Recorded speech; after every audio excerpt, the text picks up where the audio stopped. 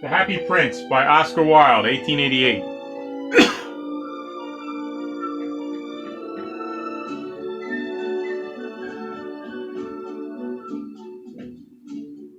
High above the city on a tall column stood the statue of the Happy Prince. He was gilded all over with thin leaves of fine gold. For eyes he had two bright sapphires, and a large red ruby glowed on his sword hilt.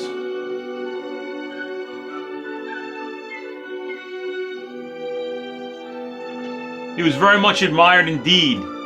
"He is as beautiful as a weathercock," remarked one of the town councilors, who wished to gain a reputation for having artistic taste. Not quite so useful," he added, fearing lest people should think him unpractical, which he really was not. "Why can't you be like the Happy Prince?" asked the sensible mother of her little boy who was crying for the moon. "The Happy Prince never dreams of crying for anything." "I am glad there is someone in the world who is quite happy," muttered a disappointed man as he gazed at the wonderful statue. "He looks just like an angel," said the charity children as they came out of the cathedral in their bright scarlet cloaks and their clean white pinafores. "How do you know?" said the mathematical master. "You have never seen one." "Ah, but we have, in our dreams," answered the children. And the mathematical master frowned and looked very severe, for he did not approve of children dreaming. One night there flew over the city a little swallow. His friends had gone away to Egypt 6 weeks before, but he had stayed behind, for he was in love with the most beautiful reed. He met her in the early morning in the spring as he was flying down the river after a big yellow moth, and he had been so attracted by her slender waist that he had stopped to talk to her. "Shall I love you?" said the swallow, who liked to come to the point at once. And the reed made him a low bow, so he flew round and round her, touching the water with his wings and making silver ripples. This was his courtship, and it lasted all through the summer. "It is a ridiculous attachment," twittered the other swallows. "She has no money, and far too many relations." And indeed, the river was quite full of reeds. Then, when the autumn came, they all flew away. After they had gone, he felt lonely, and began to tire of his lady-love. "She has no conversation," he said, "and I'm afraid that she is a coquette, for she was always flirting with the wind. And certainly, whenever the wind blew, the reed made the most graceful curtsies. I admit she is domestic," he continued, "but I love traveling, and my wife consequently should love traveling also. Will you come away with me?" he said finally to her, but the reed shook her head. She was so attached to her home. "You have been trifling with me," he cried. "I am off to the pyramids. Goodbye," and he flew away. All day long he flew, and at night he arrived at the city. "Where shall I put up?" he said. "I hope the town has made preparations." Then he saw the statue on the tall column. "I will put up there," he cried. "It is a fine position with plenty of fresh air." So he alighted just between the feet of the Happy Prince. "I have a golden bedroom," he said softly to himself as he looked round, and he prepared to go to sleep.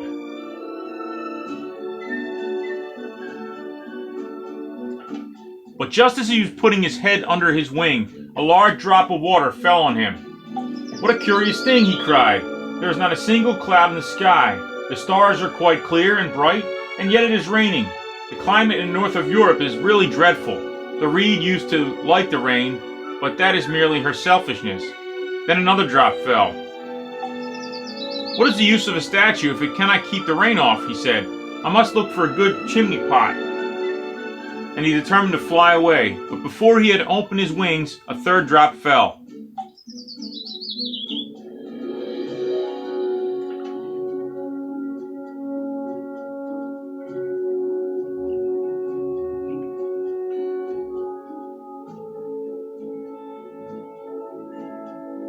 And he looked up and saw, what did he see? The eyes of the Happy Prince were filled with tears, and tears were running down his golden cheeks. His face was so beautiful in the moonlight that the little swallow was filled with pity. "Who are you?" he said. "I am the Happy Prince." "Why are you weeping then?" asked the swallow. "You have quite drenched me." "When I was alive and had a human heart," answered the statue, "I did not know what tears were, for I lived in the palace of Sans-Souci, where sorrow is not allowed to enter.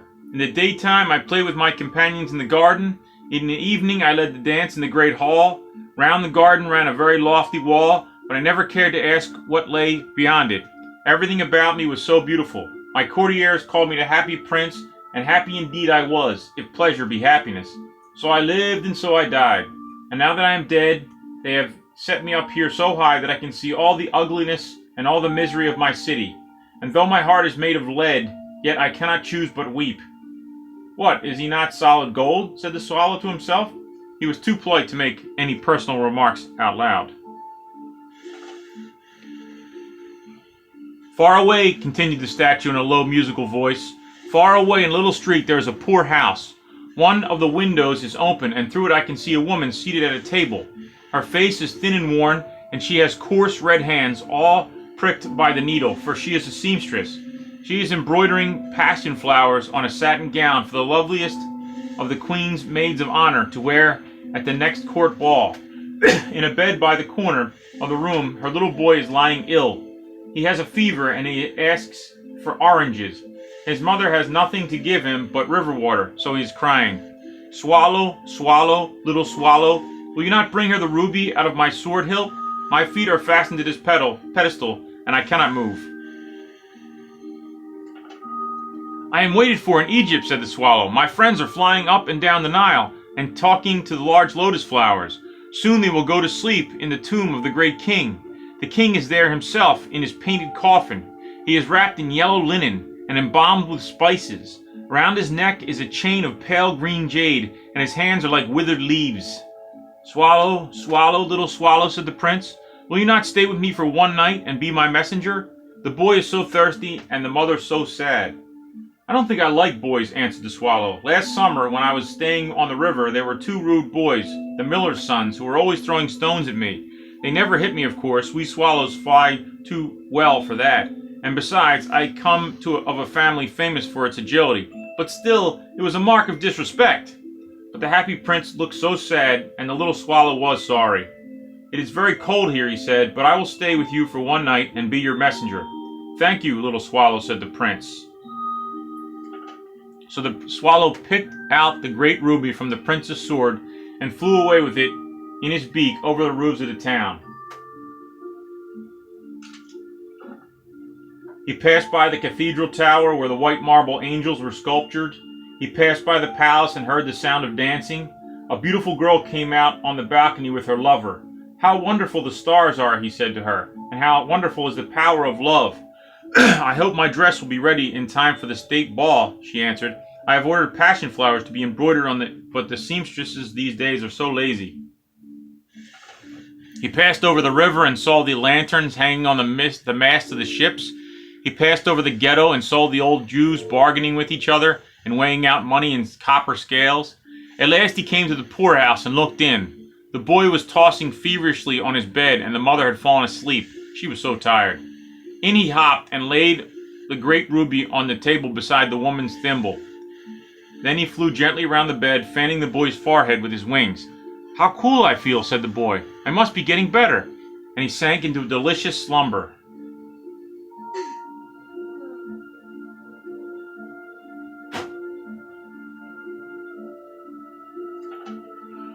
Then the swallow flew back to the happy prince and told him what he had done. It is curious, he remarked, but I feel quite warm now, although it is so cold. That is because you have done a good action, said the prince. And the little swallow began to think, and then he fell asleep. Thinking always made him sleepy. When day broke, he flew down to the river and had a bath. What a remarkable phenomenon, said the professor of ornithology as he was passing over the bridge. A swallow in the winter. And he wrote a long letter about it in the local newspaper. Everyone quoted it. It was so full of many words that they could not understand. Tonight I go to Egypt, said the swallow, and he was in high spirits at the prospect.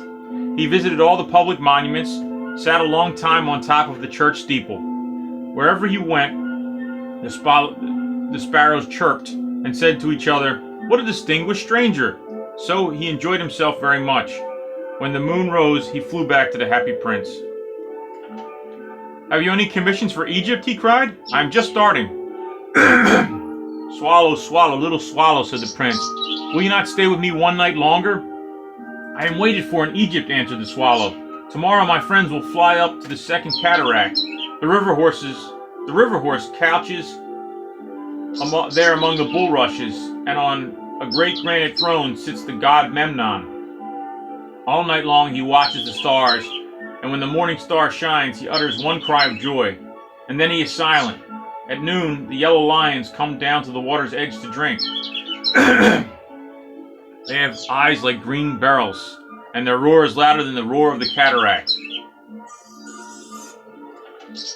"Swallow, swallow, little swallow," said the prince. "Far away across the city I see a young man in a garret. He is leaning over a desk covered with papers, and in a tumbler by his side there is a bunch of withered violets. His hair is brown and crisp, and his lips are red as pomegranate, and he has large, dreamy eyes. He is trying to finish a play for the director of the theater, but he is too cold to write any more. There is no fire in the grate, and the hunger has made him faint."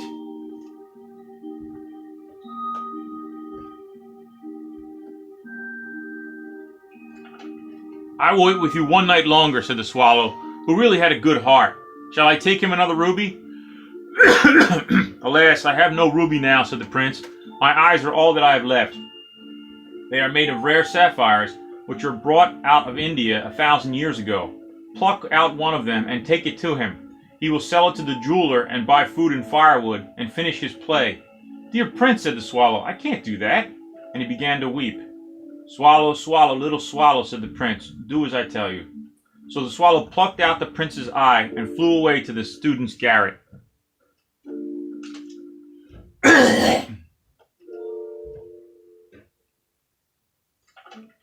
It was easy enough to get in, as there was a hole in the roof. Through this he darted and came into the room. The young man had his head buried in his hands, so he did not hear the flutter of the bird's wings, and when he looked up, he found the beautiful sapphire lying on the withered violets. "I am beginning to be appreciated," he cried. "This is from some great admirer. Now I can finish my play." And he looked quite happy. The next day the swallow flew down to the harbor. He sat on the mast of the large vessel and watched the sailors hauling big chests out of the hold with ropes. "Heave ahoy!" they shouted as each chest came up. "I'm going to Egypt!" cried the swallow, but nobody minded, and when the moon rose he flew back to the happy prince. "I am come to bid you goodbye," he said. "Swallow, swallow, little swallow," said the prince. "Will you not stay with me one night longer?" "It is winter," answered the swallow, "and the chill snow will soon be here. In Egypt the sun is warm on the green palm trees, and the crocodiles lie in the mud and look lazily about them. My companions are building a nest in the temple of Baalbek, and the pink and white doves are watching them, and cooing to each other. Dear prince, I must leave you, but I will never forget you. And next spring I will bring you back 2 beautiful jewels in place of those you have given away." Oops. "The ruby shall be redder than a red rose, and the sapphire shall be as blue as the great sea." "In the square below," said the happy prince, "there stands a little match girl. She has let all her matches fall in the gutter, and they are spoiled. Her father will beat her if she does not bring home some money, and she is crying. She has no shoes or stockings, and her little head is bare. Pluck out my other eye and give it to her, and her father will not beat her." "I will stay with you one night longer," said the swallow, "but I cannot pluck out your eye. You'll be quite blind." "Swallow, swallow, little swallow," said the prince. "Do as I command you." So he plucked out the prince's other eye and darted down with it. He swooped past the match girl and slipped the jewel into the palm of her hand. "What a lovely bit of glass," said the little girl, and she ran home laughing. Then the swallow came back to the prince. "You are blind now," he said, "so I will stay with you always." "No, little swallow," said the poor prince. "You must go away to Egypt." "I will stay with you always," said the swallow, and he slept at the prince's feet. All the next day he sat on the prince's shoulder and told him stories of what he had seen in strange lands.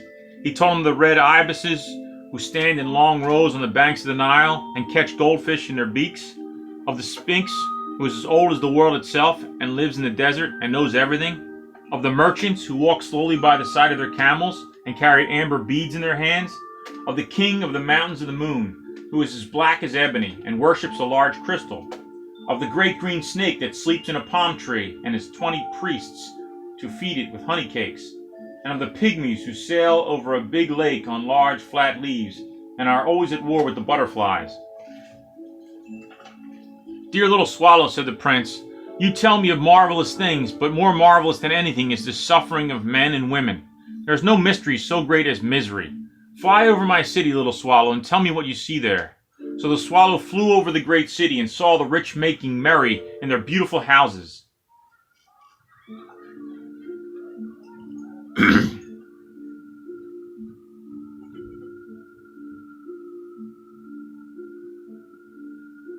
While the beggars were sitting at the gates. He flew into the dark lanes and he saw the white faces of starving children, looking out listlessly at the black streets. Under the archway of a bridge, two little boys were lying in one another's arms, trying to keep themselves warm. "How hungry we are," they said. "You must not lie there," shouted the watchman, and they wandered out into the rain. Then he flew back and told the prince what he had seen. "I am covered with fine gold," said the prince. "You must take all that gold off, leaf by leaf, and give it to my poor. The living always think that gold can make them happy."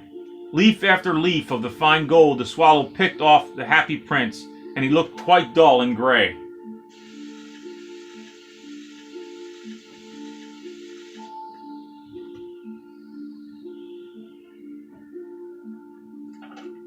Leaf after leaf of the fine gold he brought to the poor, and the children's faces grew rosier, and they laughed and played games in the street. "We have bread now," they cried.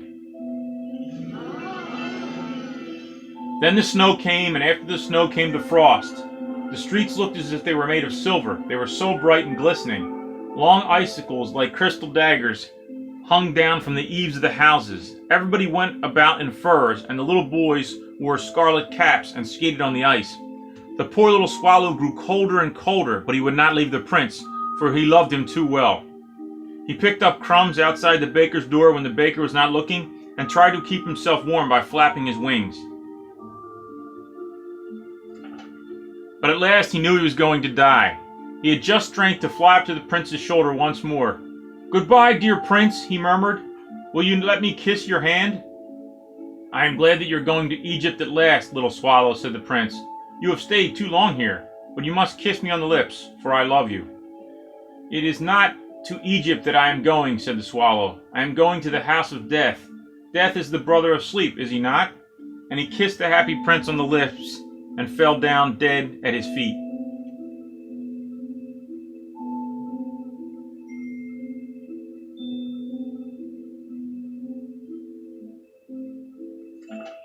And at that moment, a curious crack sounded inside the statue, as if something had broken.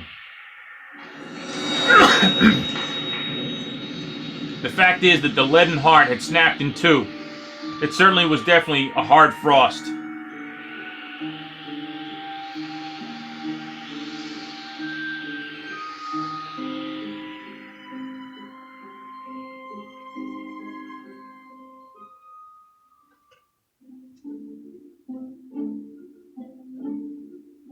Early the next morning, the mayor was walking in the square below in company with the town councilors.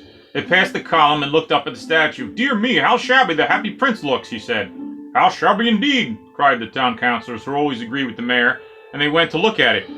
"The ruby has fallen out of his sword, his eyes are gone, and he is gold no longer," said the mayor. "In fact, he is little better than a beggar." "Little better than a beggar," said the councilors. "And there is actually a dead bird at his feet," continued the mayor. "We must really issue a proclamation that birds are not to be allowed to die here." And the town clerk made a note of suggestion.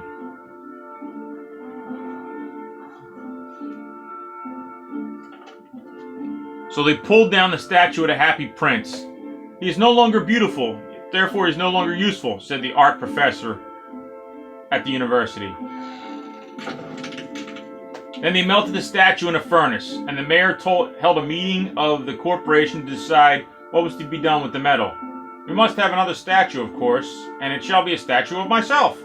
"Of myself," said each of the town councilors, and then they quarreled. When I last heard of them, they were quarreling still.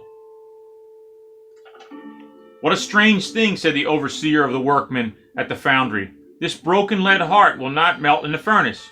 We must throw it away." So they threw it on the dust heap where the dead swallow was also lying.